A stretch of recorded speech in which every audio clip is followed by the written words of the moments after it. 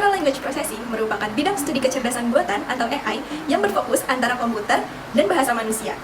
NLP memungkinkan komputer untuk memahami, memproses, dan menerjemahkan bahasa manusia. NLP merupakan program yang memungkinkan komputer untuk memahami manusia dengan cara 1. Membaca dan memahami teks. NLP dapat membaca, memahami, dan memaknai sebuah kata, kalimat, maupun sebuah paragraf. Yang kedua, NLP dapat menghasilkan teks. Menghasilkan teks di sini berupa menerjemahkan bahasa, membuat artikel, dan membuat ringkasan. Yang ketiga, NLP dapat menjawab pertanyaan. NLP dapat menjawab pertanyaan seperti apa isi dari buku ini dan apa ringkasan dari bab ini. Yang keempat, NLP dapat mengklasifikasikan teks seperti berita, jurnal, artikel ilmiah, ataupun spam. Yang kelima, NLP dapat mengekstrak informasi seperti nama orang, suatu tempat, dan tanggal-tanggal tertentu. Beberapa aplikasi yang menerapkan sistem NLP atau Natural Language Processing dalam penggunaan aplikasinya, yang pertama itu ada Spotify. Spotify ini adalah layanan streaming musik terkemuka yang telah memiliki jutaan pengguna. Spotify memungkinkan para penggunanya untuk memilih album, lagu, dan podcast sesuai genre musik yang mereka sukai. Yang kedua adalah aplikasi ojek online. Meskipun tampak sederhana, namun aplikasi ojek online ini telah menerapkan NLP dalam penggunaan aplikasinya. Contohnya, ketika kita mencari titik gedung olahraga, maka NLP ini akan menampilkan titik koordinat tempat tersebut dengan menampilkan contohnya seperti parkiran motor, parkiran mobil, lobi, dan daerah di sekitarnya. Yang ketiga adalah Translate. Translate atau Google Translate ini berfungsi untuk menerjemahkan kata atau kalimat. Nah, NLP di sini berfungsi untuk menerjemahkan kata dan frasa yang ditulis oleh pengguna ke dalam bahasa yang dibutuhkan. Yang keempat adalah browser. Aplikasi searching seperti Google juga menggunakan teknologi NLP dalam sistem mereka. Teknologi tersebut berfokus pada algoritma skala besar, lintas bahasa, dan lintas domain. Hal tersebut mempengaruhi aspek dari produk Google seperti terjemahan, aplikasi, dan searching. Yang kelima ada chatbot. Teknologi NLP berdasarkan kecerdasan buatan dapat merespons secara otomatis chat yang masuk sehingga perusahaan dapat mempertahankan kualitas pelayanan mereka. Yang keenam ada aplikasi autocorrect. Dengan teknologi NLP ini, smartphone dapat memiliki fitur koreksi teks dengan mengidentifikasi kesalahan dan menawarkan koreksi otomatis dengan masukan dari pengguna.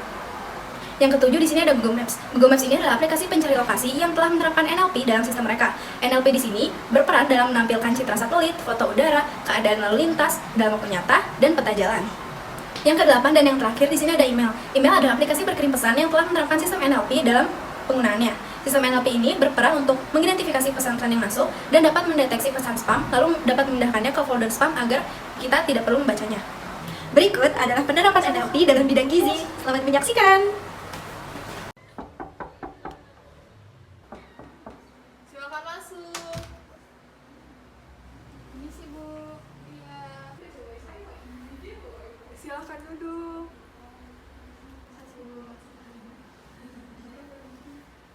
Selamat siang Mbak.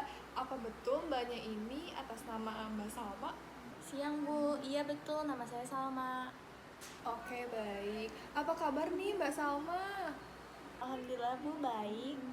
Alhamdulillah ya Mbak Salma. Oh iya, sebelumnya perkenalkan, saya Aini. Iya Bu, salam kenal. Sebagai ahli gizi yang akan membantu Mbak Salma pada konseling hari ini.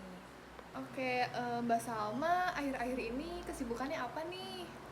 Saya kesibukannya kuliah aja sih Bu. Oh, kuliah ya. Mungkin bisa langsung saja diceritakan ya Mbak Salma untuk keluhan dari Mbak Salma itu seperti apa? Jadi gini Bu, akhir-akhir ini saya berat badannya turun terus. Mungkin karena kegiatan di kampus kali ya, jadi saya juga jarang makan. Oh, begitu ya Mbak Salma. Sebelum itu kita lakukan pengukuran antropometri dulu ya Mbak. Untuk pengukurannya itu ada pengukuran tinggi badan dan berat badan.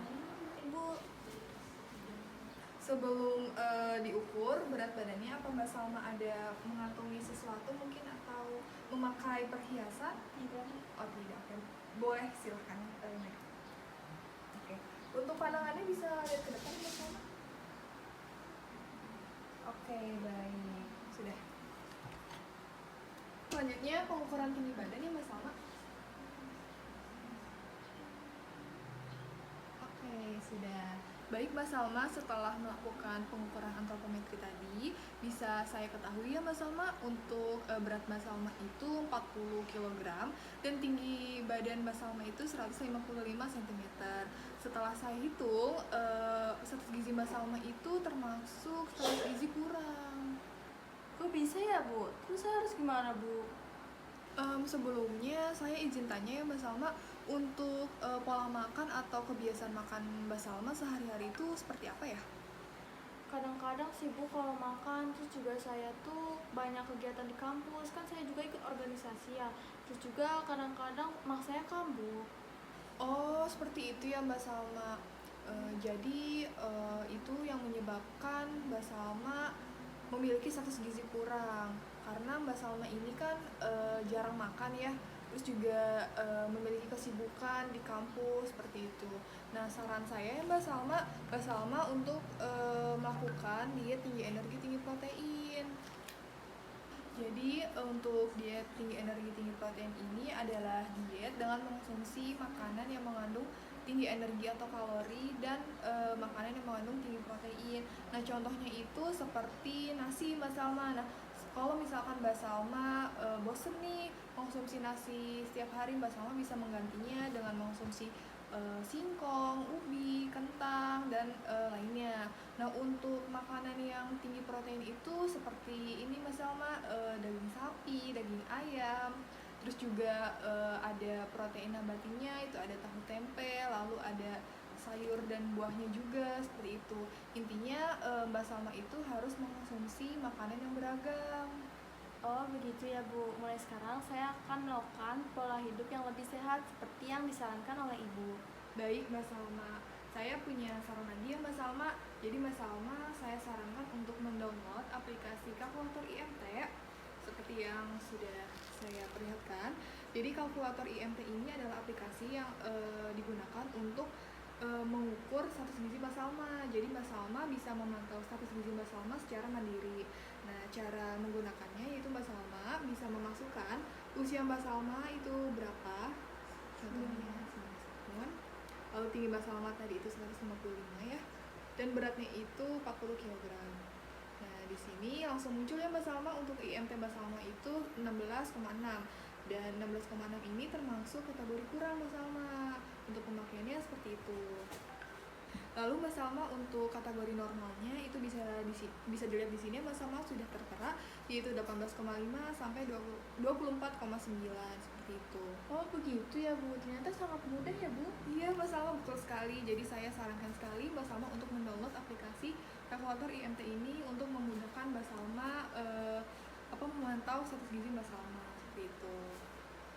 Baik Mbak Salma, seperti itu ya apa yang saya paparkan tadi dan saya sarankan tadi.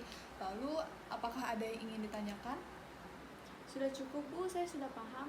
Alhamdulillah ya kalau Mbak Salma sudah paham. Semoga apa yang saya sampaikan tadi bisa dijalankan ya oleh Mbak Salma seperti itu, dan semoga Mbak Salma bisa segera sehat lagi, bisa kembali lagi status gizinya menjadi normal. Baik Bu, terima kasih. Saya pamit pulang ya Bu. Iya Mbak Salma, sama-sama. Hati-hati di jalan ya. Iya Bu, permisi. Iya, silakan.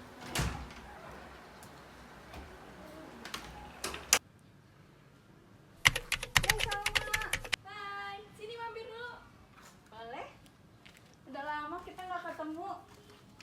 Apa kabar kamu? Alhamdulillah baik. Duduk. Kok badan kamu sekarang udah berisi sih? Iya dong, waktu itu aku sempat konsultasi ke ahli gizi. Terus aku dikasih tahu aplikasi yang bagus banget, canggih lagi. Lihat nih, namanya kalkulator IMT. Ini tuh bisa mengetahui status gizi kamu. Oh gitu, kok canggih banget sih, aku baru tahu. Iya. Cara makainya gimana tuh?